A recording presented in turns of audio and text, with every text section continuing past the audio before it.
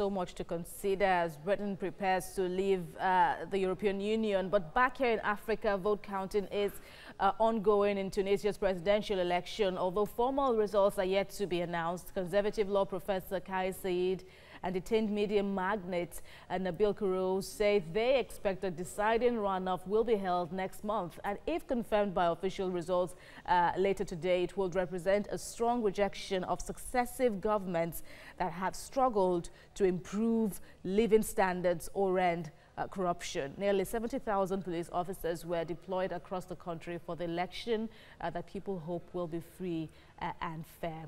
So for more perspective on this, African Affairs analyst Olalekan joins me now from Abuja, Nigeria's capital. I also have from Belgium Global Affairs analyst Nweke. Thank you very much, gentlemen, for joining in at this time. Let me begin with you, Nweke. Looking at what we've seen so far in the Tunisia polls, are you satisfied now with the pattern the average Tunisian voter is displaying, this anti-system sentiments being displayed here?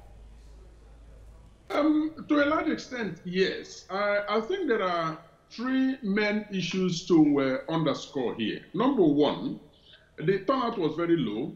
As a matter of fact, 56% of Tunisians didn't turn up to vote. So that shows a high level of apathy towards politics.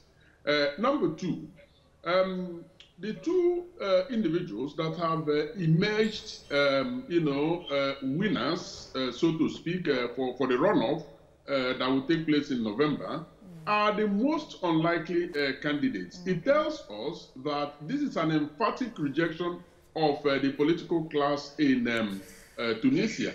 The leading candidate is an independent. He's not. He's a law professor, never been in politics, and indeed does not belong to any of the mainstream political parties. Whereas the second person that will go for the runoff is actually a media personality, and indeed a radical as we speak.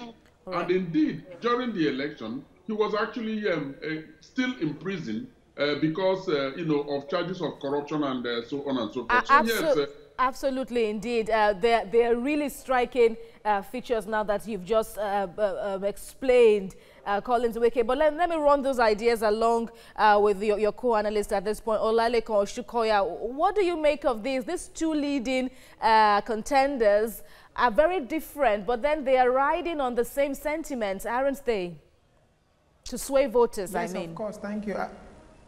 Yes, I believe the two candidates, what you're seeing from both of them, like you said, they're both benefiting from the outrage of the Tunisian people, of lack of distrust in what is currently happening with the current political dispensation among the established political leaders. And they're expressing that concern and that distrust by supporting and coming out in mass to vote for these two candidates. And you can see from the election result, even though not formalized yet, it's becoming clear that an average Tunisian voter is showing that we're tired of this existing structure. We want something different, we want something new.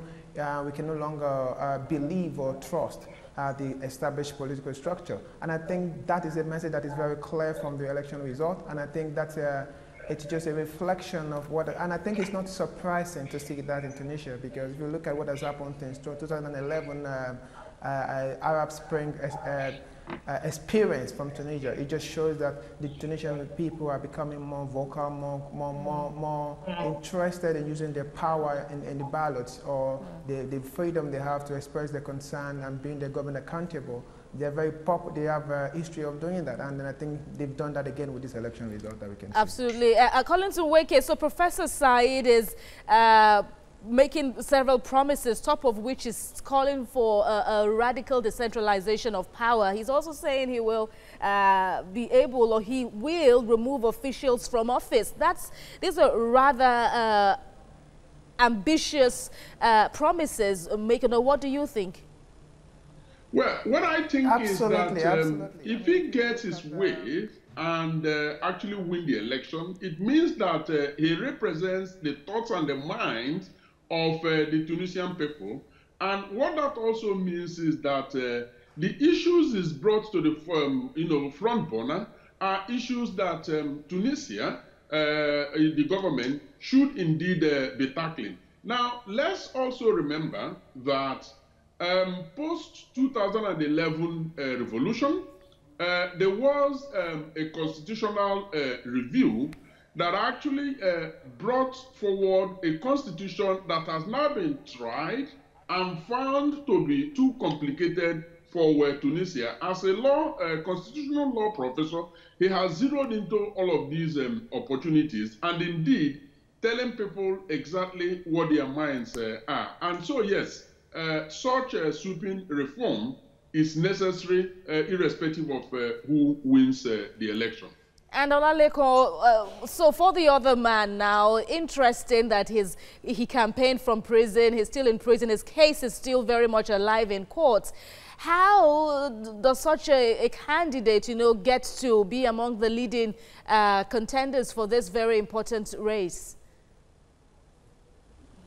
I think keeping the man in prison, it also added to the sentiment he's been able to benefit from being in prison, because it's very clear that the imprisonment is an act of is an attempt by the current leadership to kind of reduce its influence or its potential interest in the election result, to be able to have come out. And unfortunately, that has come to his advantage. So I think it just also shows how really, really hungry and how really frustrated with the system the Tunisian people are, because despite being in prison, he was still able to garner the amount of support outside of the prison in the election. So I think one thing that is very clear from this is that the people are exercising the right to choose their leaders, and then they're saying no to establish leadership. And then this man who is currently in prison, will eventually, it doesn't matter how long they kept him in prison, will, if he ends up winning the election after the runoff,